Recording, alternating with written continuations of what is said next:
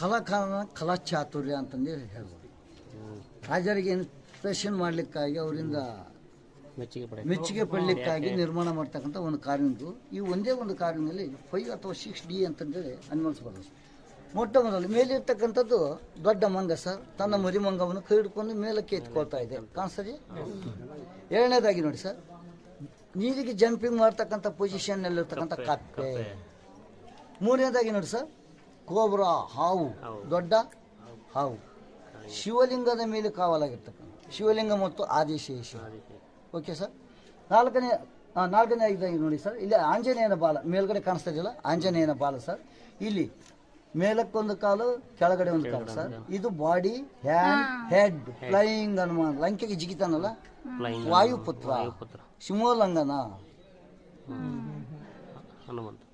ಐದನೇದಾಗಿ ನೋಡಿ ಸರ್, ಬಾಲದಿಂದ ತಲೆವರೆಗೂ ನೋಡಿ ಹೆಡೆ ಎತ್ತುಕೊಂಡು ಈ ರೀತಿ ಸ್ಪೀಡಾಗಿ ಬರ್ತಕ್ಕಂಥ ಹಾವು ಕಾಣಿಸುತ್ತೆ ನೋಡಿ, ಬಾಲದಿಂದ ತಲೆವರೆಗೂ ನೋಡಿದಾಗ.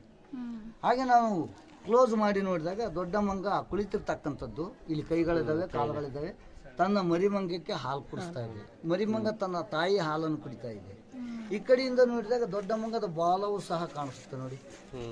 ಟೋಟಲಿ